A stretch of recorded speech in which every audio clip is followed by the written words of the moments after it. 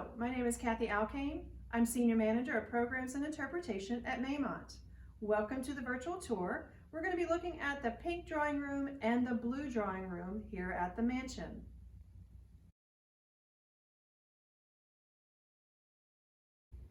The room is designed in a Louis XV style, and the style of utilizing one element, not a variety of elements that we saw in the library, but using one element becomes more of the style of the time in the 1890s. So here is a Louis XV style, and everywhere you look in this room, the decor is going to be very curvilinear or curly in the design elements. So you can see the gold leaf mantle, the gold plated light fixture, and even the frescoed ceiling with the curvilinear three-dimensional rose outline with the frescoed ceiling in the middle. The room is set up as if Mrs. Dooley was having her at-home day. An at-home day is an afternoon tea service.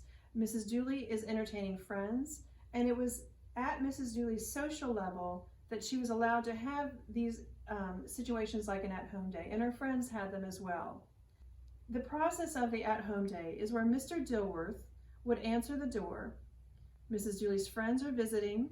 Mr. Dilworth then allows the friends within the space of the pink drawing room, and the friends would sit on either side of the table with Mrs. Dooley at the head. Mrs. Dooley is serving tea, although it's almost ceremonial that she's serving tea. Mr. Dilworth is actually serving the tea for her guests. The food is prepared, the sweets and the savories are given to the guests as they're visiting, and they would have been prepared by Mrs. Walker, the cook. The guests sit and talk with Mrs. Dooley and talk about the events of the day or perhaps an event that happened just recently. And they would not take off their hat and gloves. It was a very short visit, about 15 minutes in length. After the time is done, the guests leave. They're escorted out by Mr. Dilworth, and then Mr. Dilworth allows the next guest into the pink drawing room for the next visit with Mrs. Dooley.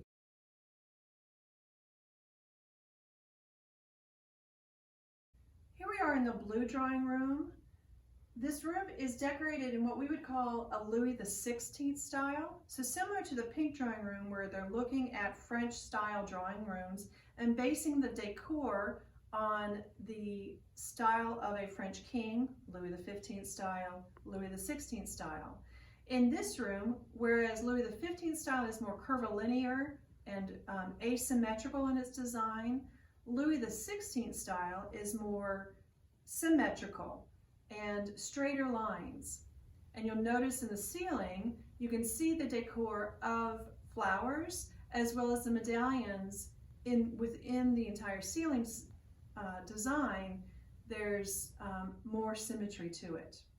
In this room, I like to talk about the technology in the house. In 1893, when the house was completed, the Dooleys had the entire house electrified. It was one of the first houses in Richmond to have electricity. And the way that we think that they tapped into the electric line was because the streetcar came out to Bird Park, which at the time was called New Reservoir Park, which is just beyond the limits of Maymont. So we think they tied into that line and electrified the house that way. If you look at all of the light fixtures, including the silver light fixture in the center of the room, and then even the wall fixtures, all of the light fixtures have dual light sources. You'll notice the electric light, but you'll also see that there's candles, and those candles housed the gas jets. So every light fixture has both gas and electric light sources. Looking at the light fixtures and the dual light sources, I do believe if the house was built 5 to 10 years later, maybe 1898 or further, I don't think the Dooleys would have had these dual light source fixtures. They would only have had electricity. So these light sources are actually very specific in the timeline of electricity.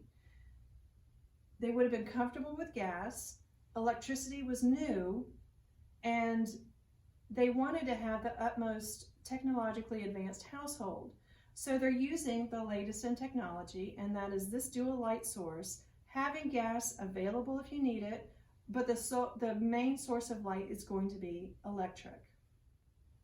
Being a technologically advanced house, this house also had central heating in 1893. Behind this couch, you'll see one of the heat registers. There's a coal-burning furnace in the basement that was stoked by Justin Sims, the under-butler. He would continually feed the coal into the coal-burning furnace that would then force heat through the house. That concludes our look at the pink drawing room and the blue drawing room of Maymont Mansion. Stay tuned for more videos.